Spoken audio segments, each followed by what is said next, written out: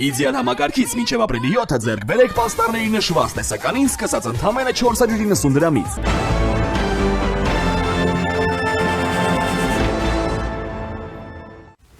Եվ այսպես Ռուսաստանի նախագահ Վլադիմիր Պուտինի եւ Հայաստանի վարչապետ Նիկոլ Փաշինյանի միջև հեռախոսազրույցը տեղի ունեցել, քննարկվել են երկկողմ հարաբերությունների հետագա զարգացման տարբեր կողմեր, այդ թվում համագործակցությունը առևտրատնտեսական, էներգետիկ, տրանսպորտային ոլորտներում։ Տեղեկությունը հայտնում է Կրեմլը, ընդգծելով, որ զրույցը տեղի է ունեցել հայկական կողմի նախաձեռնությամբ։ Հայաստանի վարչապետի աշխատակազմից էլ փոխանցել են Փաշինյանը եւ Պուտինը պայմանավորվել են առաջիկա հարմար առիթով քննարկումը շարունակել հանդիպման ձևաչափով, այլ մանրամասներ չի նշվում։ Փաշինյանը եւ Պուտինը վերջին անգամ անձամբ հանդիպել են 2025-ի դեկտեմբերի 22-ին Սանկտ Պետերբուրգում, ոչ պաշտոնական առանձնազրույց ունեցել ԵԱՏՄ եւ ԱՊՀ միջոցառումների շրջանակում։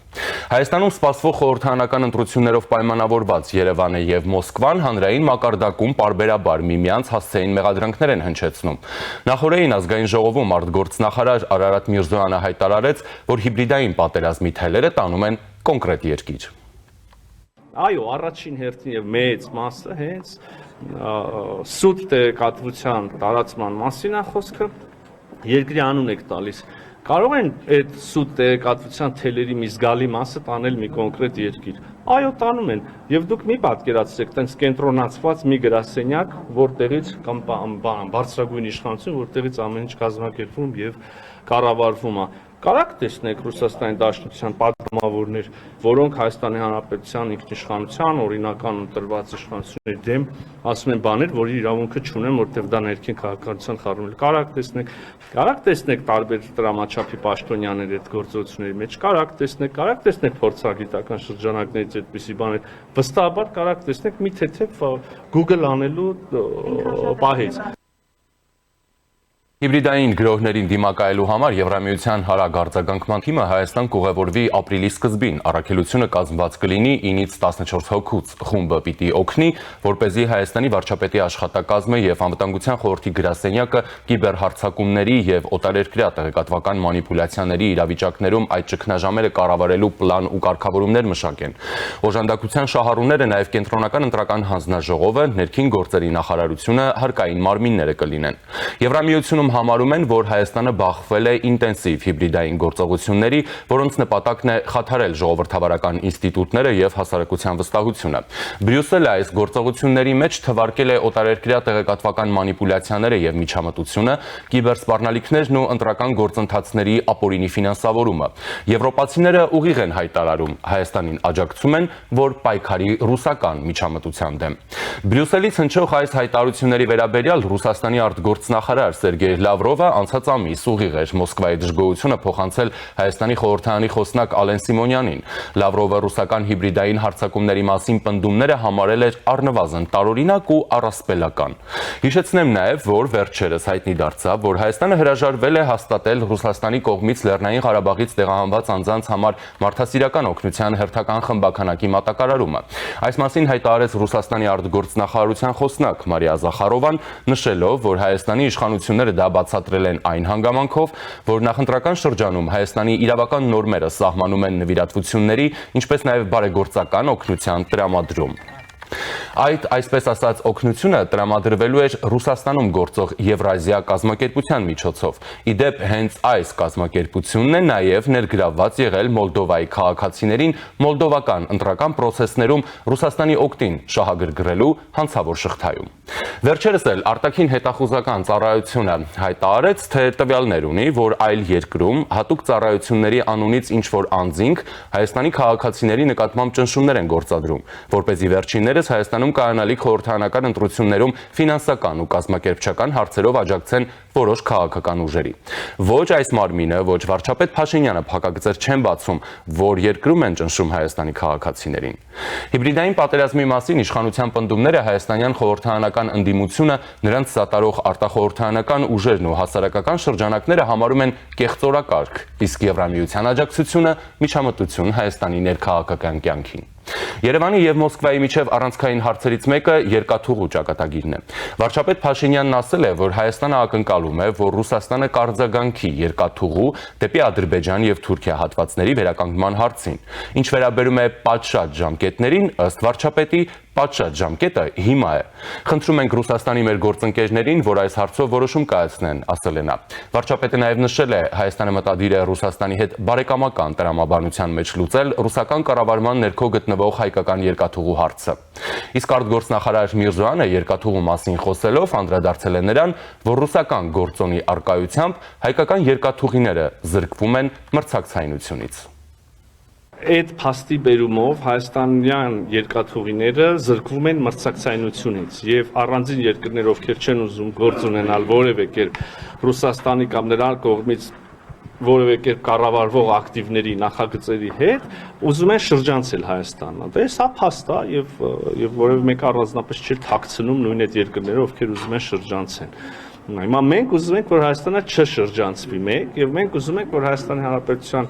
երկաթուղիները մոդեռնիզացվեն երկու, մենք ուզում ենք, որ Հայաստանի Հանրապետության երկաթուղիները առնվազն քիչ առաջ Գյումրի կարծիքից ենք խոսում, ֆիզիկապես այդ պակասող 2 կիլոմետր կամ ինչքան է կապվի մի կողմից Թուրքիայի երկաթուղիների հետ կարծով, մյուս կողմից նաև երաստ Նախիջևան, դե ամենահարավն էլ քննարկեցինք թրիփը։ Հիմա այդ կառավարող ընկերությունը եւ երկիրը, որին պատկանում է այդ ընկերությունը, պետքա դիրքավորվի այս հարցի շուրջ։ Եթե կառուցում են, մոդեռնիզացում են, մի իրողություն է, եթե հրաժարվում են, այլ իրողություն է, այն ժամանակ պիտի մտածենք այլ լուծումների մասին։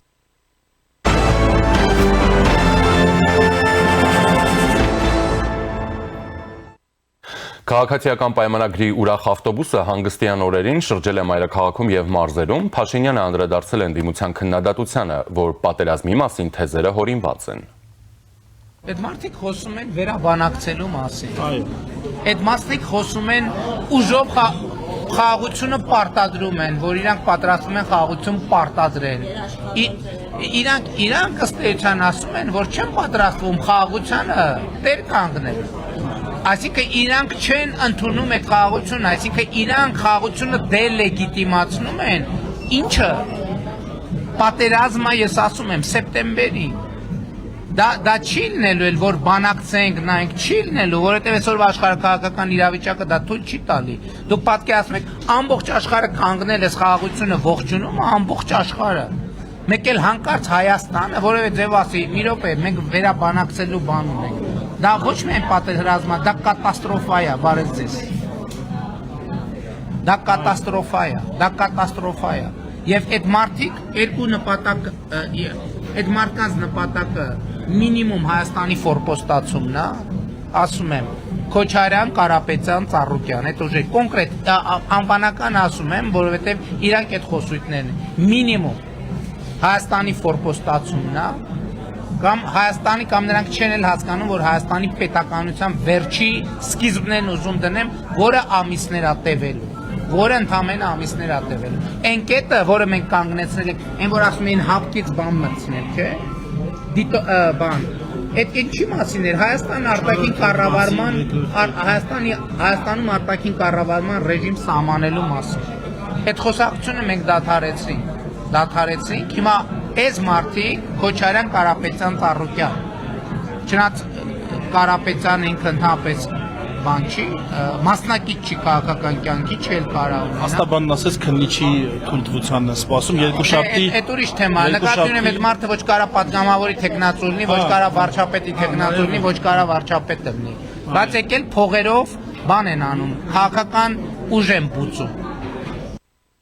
Նիկոլ Փաշինյանի խոսքով 2026-ի հունիսի 8-ին արձանագրվելու է այդ նարատիվի եւ այդ քաղաքական ուժերի մահը։ Ռուսաստանաբնակ օլիգարխներ, բելարուսամետ օլիգարխներ եւ էմիսարներ չեն լինելու։ Ժողովուրդը խաղաղության օրակարգին արդեն տեր է կանգնել եւ հունիսի 7-ին պետք է գնան դե յուրե հաստատելու այդ խաղաղությունը, ասել է վարչապետը։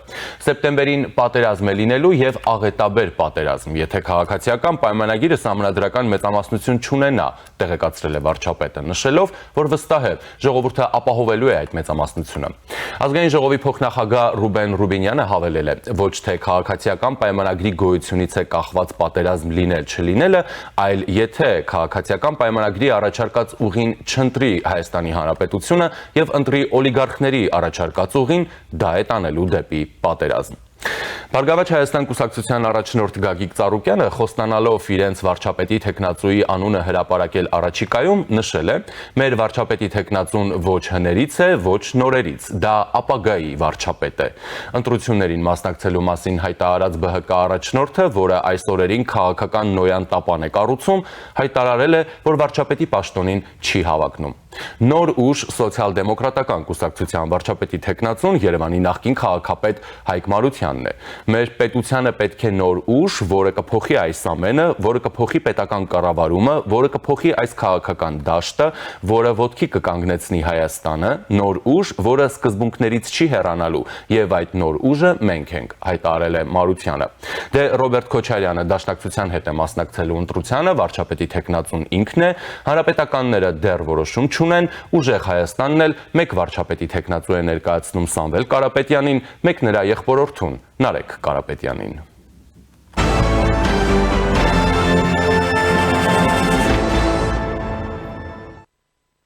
Ազգային ժողովն այսօր քննարկում է Սահմանադրական դատարանի դատավորի պաշտոնում Վլադիմիր Վարդանյանի ընտրության հարցը։ Հանրապետության նախագահը Վլադիմիր Վարդանյանի թեկնածությունն է առաջադրել Սահմանադրական դատարանի դատավորի պաշտոնում ընտրելու համար։ Ազգային ժողովի падգամավոր Վլադիմիր Վարդանյանը հրաժարականի դիմում էր ներկայացրել անցած շաբաթ։ Ավելի վաղ հաղորդվել էր, որ Հրայր Թովմասյանը այլևս Սահմանադրական դատարանի դատավոր չէ, ուժի մեջ է մտել նրա դատավճիռը։ Վճռաբեկ դատարանը վարույթ չի ընդունել փաստաբանների բողոքը Թովմասյանին մեղավոր ճանաչելու դատավճռի դեմ։ Սա նշանակում է, որ դեռ 2024 թվականին կայացված դատավճիռը մտնում է ուժի մեջ։ Այդ վճռով Թովմասյանը մեղավոր է ճանաչվել արդարադատության նախարար եղած ժամանակ պաշտոնեական լիազորություններն անցնելու համար, բայց չի ազատազրկվի, քանի որ անցել է վաղեմության ժամկետը։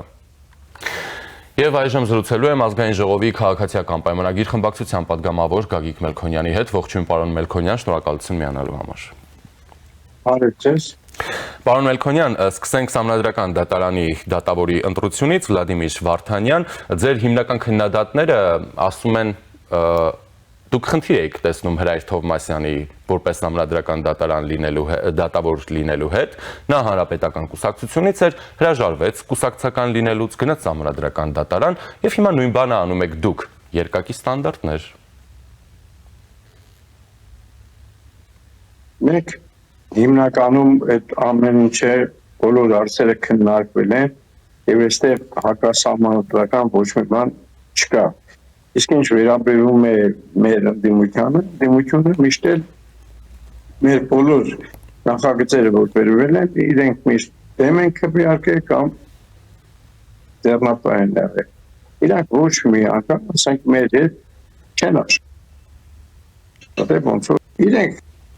երբ որ իրենք եկան ազգային ժողով, իրանք ասացին, որ մենք խրամատավորում ենք, որպեսզի այս իշխանությունները չլինեն։ Եվ միջև հիմա խրամատավորված են, ու այդտենց էլ մնալու են իրենք խրամատների մեջ։ Իսկ ինչ վերաբերում է Վարդանյանի մասով ասեմ, որ Վարդանյանը սպայական գործ կատարեց ազգային ժողովում, լինելով պետաիրավական հանձնաժողովի նախագահը ինքը սպայական գործ է կատարել, թե ներսում, թե ասենք արտասահմանում իր կատարած աշխատանքները արտակարգ են եղել։ Եվ դրա համար կարելի ասել, որ ազգային ժողովի շատ պատգամավորներ նույնիսկ ափսոսում ենք, որ ասենք Վարդանյանը գնա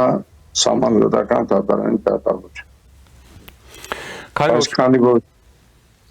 Քանի որ արդեն որոշումը կայացված է, այսօր երևի որոշումը կայացնենք, որ այդ խնդիրը դուրս կգա մեջտեղից։ Այո, ես հիշեցնեմ, որ խորհրդանը շարունակում է քննարկել Վարդանյանի ընտրության հարցը, դառնանք ներքաղաքական հարցերի։ Պարոն Մելքոնյան, ինչպես է ստացվում, որ ձեր իշխանության գրեթե 8-րդ տարում ընտրություններից առաջ պարզվում է, որ Հայաստանում կան օլիգարխներ, այնինչ ձեր իշխանության սկզբնական շրջանում Հայաստանում չկային այլևս օլիգարխներ եւ բոլորը խոշոր տնտեսվարողներ էին, խոշոր սեփականատերեր էին եւ հիմա կան օլիգարխներ, որոնք նաեւ քաղաքական process-ների մասնակից են, հա, օրինակ այս դեպքում ամենապատկերավորը կարող ենք Ծառուկյանին ասել։ Մենք կարող ենք հիշել, թե ինչպես էր վարչապետը Ծառուկյանի հետ մասնակցում տարբեր արարողությունների, կարմիր ժապավեններ էր կտրում եւ հիմա նա դարձել է օլիգարխ բելարուսամետ, որին պետք է քաղաքական մահ արձանագրել հունիսի 7-ին։ Իմի բոլոր ուժերը, որոնք կան, եմեն Հայաստանի անկախության։ Այդ ուժերը Ծառուկյանը օրինակ մի քանի անգամ հրաժարվել է կուսակցությունից, որ ինքը չի մասնակցելու ոչ մի քաղաքական գործունեություն չի ծավալի, մի քանի անգամ հրաժարվել է նորից ասպարեզ եկե, քանի որ ինքը չի գլխատերը, իրան ինչ ասում է, ինքը պետք է կատարի ամեն ինչը, ինչ որ թելադրում են ու ասում են։ Եթե հիշեք, որ մանը հանրապետականը երբ որ իրեն հեռացրեց նույնիսկ իր կուսակցությունից ու երդվեց, որ ինքը կուսակցություն չի ունենալու, ինքը քաղաքական գործունեություն չի ծավալելու, դրանից հետո 2017 թվականին նորից նրանք ստացավ, որ ինքը պետք է ասպարես, նորից 2017 թվականին ինքը մասնակցեց ընտրությունների։ Դրանից հետո նորից ինքը հրաժարվեց, որ այլևս քաղաքականությամբ չեմ զբաղվելու ու դուրս եկավ ասպարեզից։ Հիմի նորից իրեն հրանգել են, որ պետք է մասնակցես անպայման, քանի որ հիմի Հայաստանում արդեն նոր ուժեր են ստեղծվում, որպեսզի Քոչարյանը գա իշխանության։ Օրինակ մեր ձևով ուժեղ Հայաստանը որտեղ, ուժեղ Հայաստանը չի կարող ինքը իր տեխնացուն չի կարող վարչապետ դառնալ, Սամվել Կարապետյանը, Նարեկ Կարապետյանը նորից չի կարող տեխնացու դառնալ վարչապետի, Ծառուկյան դաշինքը հրաժարվում է Ծառուկյան անձամբ հրաժարվում է վարչապետի տեխնացությունից եւ ասում է մենք մերը կասենք, բայց ում որ ասի, այդ լրիվ ստուտա, որովհետեւ այնտեղ մնում է մենակ Քոչարյանը, որը Քոչարյանը բոլորի տեխնացուն է։ Այդ կուսակցությունների տեխնացուն Քոչարյանն է։ Եվ Ռուսաստանը շեշտը դրել է Քոչարյանի վրա։ Ու բոլորին հրանգել է, որ Գյումրի երկու օպերացիան իրականանա Հայաստանում, ասում է ժողովուրդը այնքան խելոք է, որ գիտի թե ինչը ինչից հետո է տալիս եւ նաեւ մեր երկրի անկախության խնդիրն է, մեր երկիրը պահելու խնդիրն է, որ ասենք մենք կարողանանք այդ բոլոր պայմանավորվածությունները արդեն ձեռք է բերվել երկրի խաղաղության հետ կապնված, դրա համար մեր ժողովրդին պետք է առաջերտին խաղաղություն, որ պետք է խաղաղությունը ներդրում ու հսկայական ներդրումներ են լինելու Հայաստանում, արդեն պայմանավորվածությունները մենք տեսնում ենք, այդ պայմանավորվածությունները ներկա, նաև անվտանգության խնդիրը առաջինն է, որ խաղաղությունն առաջին է, երկրորդը մեր անվտանգության խնդիրն է, որ բոլորը, ասենք այդ երեք ուժերն էլ ասում են, որ մեծ երաշխավորները պետք,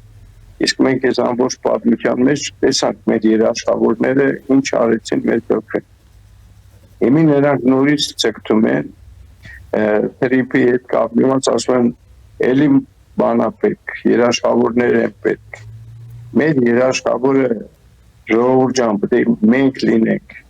մենք պետք է լինենք մեր երաշխավորը։ մենք պետք է աշխատենք բոլոր պետությունների հետ, ոնց որ հիմա աշխատում ենք եւ ապահովենք մեր անվտանգությունը, ուժեղացնենք մեր բանակը, արդիականացնենք մեր զինատեսակները, ամեն ինչը պետք է այնպեսի կազմակերպենք, որ զինվորը հիմի եթե ինչ-որ մի դեպք է կատարի, այդ զինվորը ավտոմատով չփոխվի կայանի դիրքերում։ Ես մեր պետք է զորացնենք մեր ամբողջ զինտեխնիկան, որ մենք պետք է խրամատներում չլինենք, այլ բունկերներում լինենք եւ մեր պաշտպանությունը այդ ձևի զորացնենք։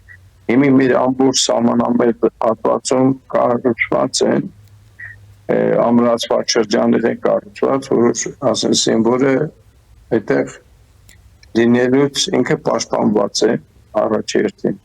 Երկրորդն էլ արդեն մեր դրոնային համակարգը պետք է զորացնենք, որպեսզի կարողանանք մենք մեր երկիրը պաշտպանենք։ Իսկ ինչ վերաբերում է երաշխավորներին, որ ասում են Չինաստանը պետք է մեկ երաշխավոր լինի, մի երաշխավոր Ռուսաստանը լինի, այդ երաշխավորներին մենք տեսել ենք արդեն, ժողովուրդը տեսել է այդ երաշխավորները ինչ արեցին Հայաստանի Հանրապետության կողքին եւ մեզ պետք է անկախություն, իսկ այդ մեր երաշխավորները երբեք չեն ուզենա, որ Հայաստանը լինի անկախ պետություն, ինքը որոշի իր ճակատագիրը։ Այսքան տարիների ընթացքում միշտ Ռուսաստանն է որոշել մեր քաղաքականությունը, ինքն է որոշել, թե մենք որ երկրի հետ կարանք շփվենք, որ երկրի հետ կարանք չշփվենք։ Այդ բոլորը եկել է Կրեմլից։ Հիմա երբ որ մենք ուզում ենք անկախ երկիր ունենանք եւ մենք որոշենք մեր երկրի ճակատագիրը, իրենց համար դա դուրեկան չի։ Եվ այս երեք կուսակցությունները, որ Ռուսաստանն ուղարկել է Հայաստան, որպեսզի կուսակցությունները այնպես անեն, որ Հայաստանը երբեք անկախ չլինի, այլ դառնա Ռուսաստանի մի նահանգ։ Եվ վրահանգները կկանեն դեղից, եւ վառելիքը կկանեն դեղից, ոնց որ եկել է 30 տարիների ընթացքում։ Իրանք են որոշելու, թե որտեղի վառելիքը պետք է օգտագործենք, որտեղի սնունդը պետք է օգտագործենք, բայց մենք արդեն բավականին առաջընթաց ունենք, որ արդեն բոլոր խոշոր պետությունների, եվրոպական պետությունների ու ամենակարևոր, որ Ամերիկան արդեն գտնվում է մեր երկրում։ Այստեղ կլինեն արդեն ներդրումներ, այստեղ կլինի արդեն զարգացում, անվտանգության խնդիրը արդեն լուծված է, կարելի ասել, խաղաղության պայմանագիրը նախաստորագրվել է եւ ինձ թվում է շուտով նաեւ խաղաղության պայմանագիրը կստորագրվի։ Այնպես որ մենք արդեն անկախ երկիր ենք, կարողանում ենք մենք մեր երկիրը ղեկավարենք ու մեր անվտանգությունը պահպանենք։ Հիմնականում խաղաղություն ապրել մեր երկրին, որը արդեն նախադրյալներ ունի, որ արդեն 2 տարի մեր սահմաններում ոչ մի զինվոր չի զոհվել։ Ես շատերն ասում են, այդ սարքել եք շաբլոն, այդ նույն բանը ասում եք, շաբլոն չի սարքած, սա իրականությունն է։ Մեր ժողովուրդը տեսնում է, որ արդեն անվտանգության, խաղաղության խնդիրները առաջնային են մեր մոտ եւ դրա համար էլ արդեն բանակում ծառայությունը դառավ մի տարի կես։ Եթե մենք զգայինք, որ մեր երկիրը անվտանգ է, այդ բանակի ծառայությունը չէ դառնա մի տարի կես։ Այսինքն մենք ունենք նախադրյալներ, որ ասենք բանակը դառավ ծառայությունը մի տարի կես, նաեւ մենք ունենք, ասենք պայմանագրային զինծառայողներն են ավելի շատանում, պրոֆեսիոնալ բանակն հզորանում մեր մոտ եւ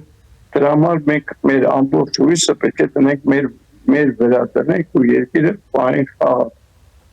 Այն որ իրենք բան են անում, թե մենք էս կանենք, այն կանենք, խաղաղության մասին իրանք չեն խոսում, որ խաղաղությունը ոնց պետք է անեն, որ խաղաղ։ Իրանք ցկնում են դեպի Ռուսաստանը, Ռուսաստանը երբեք չի ցանկանում, որ ասենք Հայաստան-Ադրբեջան խաղաղություն լինի։ Եթե ինքը ցանկանար 94 թվականին այդ խաղաղությունը արդեն կնքված կլներ եւ արդեն ամեն ինչը կարգավորված կլներ։ Ոչ թե անընդհատ պահեր այսպես իրար դիմաց եւ խաղաղության հույսեր չկար։ Եվ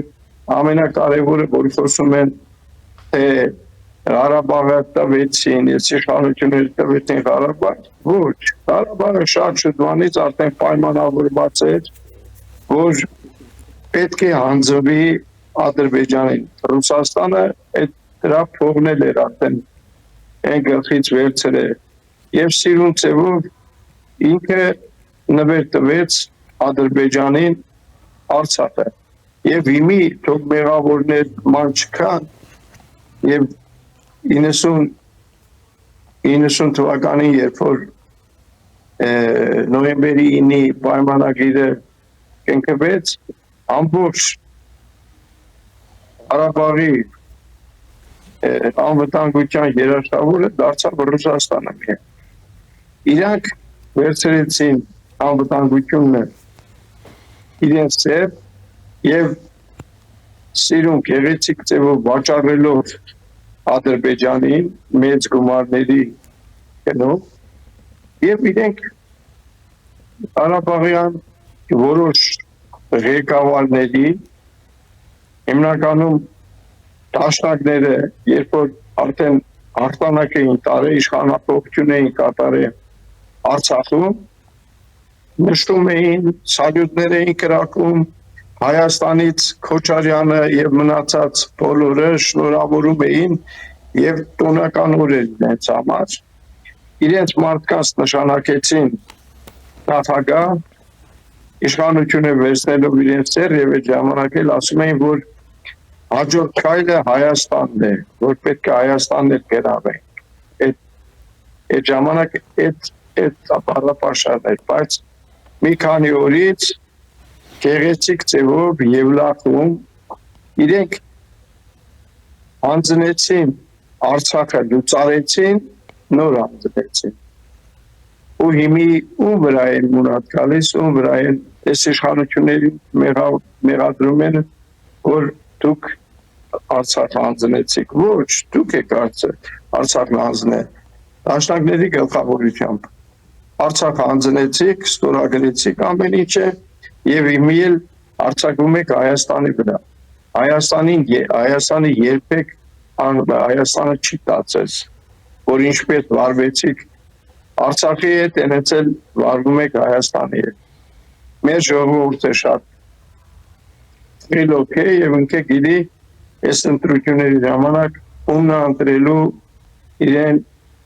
վարչապետ Պարոն Մելքոնյան, ես նաև նշեցի, որ վարչապետը Ռուսաստանի ղեկավարի հետ է հեռախոսազրույց ունեցել, էներգետիկ, տրանսպորտային հարցեր եւ այլն քննարկել են, թե պաշտոնական հաղորդագրությունը բավականին ստեղմել, եւ մենք գիտենք, որ երկաթուղու հարցն է հիմա առանցքային թեմաներից մեկը Մոսկվայի եւ Երևանի միջեւ, այս ուղղությամբ ինչ է անում իշխանությունը, ինչ որ նոր զարգացում կա, որպեսզի ինչպես արտգործնախարարն է նշում Հայաստանի երկաթուղին դուրս չգա մրցակցայնություն որովհետև ինչպես նշեց մի կան երկրներ, որոնք հենց Ռուսաստանի գործոնով պայմանավորված չեն ուզում որևէ ձևով հաղորդակից լինել այդպիսի կապիտալի հետ։ Դե հիմի դա մեր համար մեծ խնդիր է։ Դրա համար այդ խնդիրը լուծելու համար վարչապետը որոշել է գնալ Մոսկվա, հանդիպել ոնց որ ասենք գնում է Ֆրանսիա, բոլոր պետությունների հետ կապերի մեջ ենք ինքը անկաշկանդ գնում է բոլորի հետ, ինչ խնդիր ունենք, մեր խնդիրները բարձրացում է, նույնը Ռուսաստանի հետ մենք